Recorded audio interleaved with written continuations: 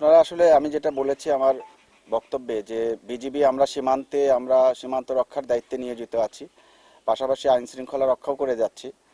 তো আমাদের এই পার্বত্য এলাকায় যে কিছু মহল তারা ষড়যন্ত্র করে অথবা বিভিন্ন কারণে এই এলাকাটাকে অস্থিতিশীল করার চেষ্টা করছে, তো এটা প্রতিহত করার জন্য বেসামরিক প্রশাসন, সেনাবাহিনী যেভাবে আমাদেরকে সহযোগিতা চাচ্ছে আমরা তাদের পাশে আছি।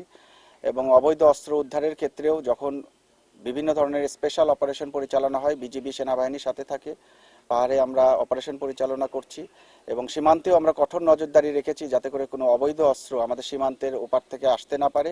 এবং আমাদের যারা অস্ত্রধারী সন্ত্রাসী আছে পাহাড়ে তাদের দিকেও আমরা গোয়েন্দা নজরদারি রাখছি এবং তাদের বিরুদ্ধেও আমাদের ব্যাপক অভিযান পরিচালিত হবে, এটাই আমাদের বর্তমান পরিকল্পনা।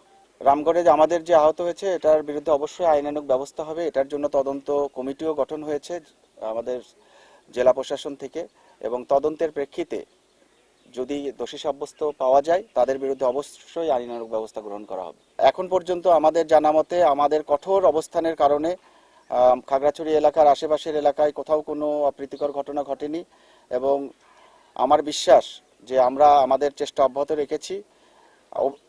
যে অবরোধ ডাকা হয়েছে অবরোধটিও অতি দ্রুত এই এলাকা থেকে এটা প্রত্যাহার করা হবে এবং আমরাও 144 ধারা প্রত্যাহার করে নেব যদি অবরোধ প্রত্যাহার করা হয় এবং সেই ক্ষেত্রে এলাকা শান্তি শৃঙ্খলা আবার স্বাভাবিক হবে বলে আমি আশা করি।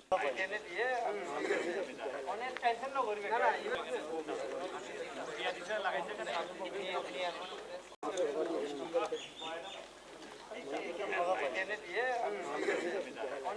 করবে